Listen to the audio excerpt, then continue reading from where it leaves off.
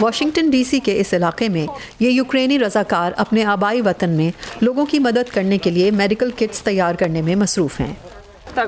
اس میں پٹیاں، ٹرنیکٹس، سرجیکل کورسیٹس اور خصوصی قینچیاں ہیں۔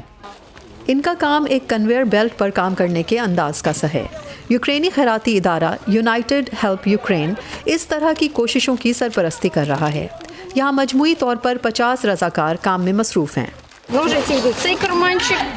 کینچی اس چھوٹی جیب میں جاتی ہے، یہاں ہم ایک مارکر رکھتے ہیں، کمپریشن بینڈیجنگ یہاں جاتی ہے، پھر ٹیپس کو رکھا جاتا ہے۔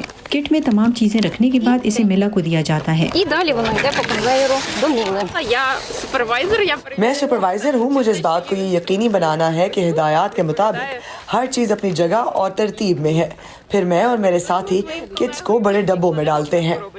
رضاکاروں نے پیکنگ کے عمل کو مکمل کرنے کا ایک وقت مقرر کیا ہے۔ وہ بخوبی جانتے ہیں کہ انہیں طبی سامان کی ایک کٹ تیار کرنے کے لیے کتنا وقت درکار ہے۔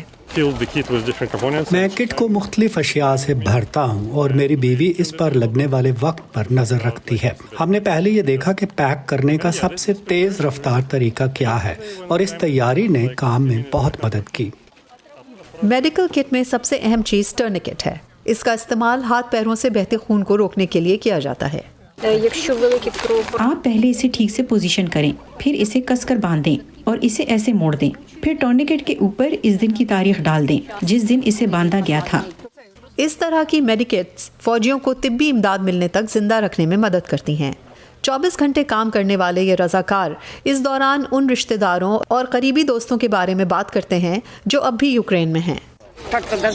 مجھے ایک احساس جرم ہے کیونکہ میں زیادہ کچھ نہیں کر سکتی، لیکن جو کچھ ہمارے بس میں ہے وہ ہم کر رہے ہیں۔ جنگ سے پہلے مجھے جو بھی مسائل درپیش تھے وہ اب کوئی معنی نہیں رکھتے، کیونکہ میرے دوست اور رشتہ دار وہاں جن حالات سے گزر رہے ہیں ان کے مقابلے میں ان مسائل کی کوئی اہمیت نہیں ہے۔ رضاکار صبح سویرے کام کرنا شروع کر دیتے ہیں۔ 4 گھنٹوں پر مشتمل 3 شفٹیں ہیں۔ جو بھی مدد کرنا چاہتا ہے وہ سوشل نیٹ ورکس کے ذریعے آن لائن رجسٹر کر سکتا ہے۔ 5000 میڈی کٹس پیک ہونے کے بعد ان کو یوکرین کے طویل سفر کے لیے روانہ کر دیا جاتا ہے۔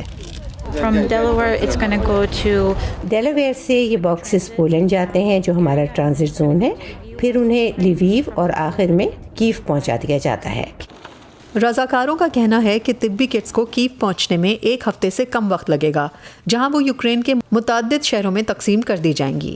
لیکن اس دوران رضاکار آرام سے نہیں بیٹھتے، بلکہ ایسے ہی مزید ہزاروں کٹس پیک کرنے کے لیے کام کرنے واپس آ جاتے ہیں۔ لیسیا بیکلیٹس کے ساتھ مونا کاظم شاہ، وائس آف امریکہ۔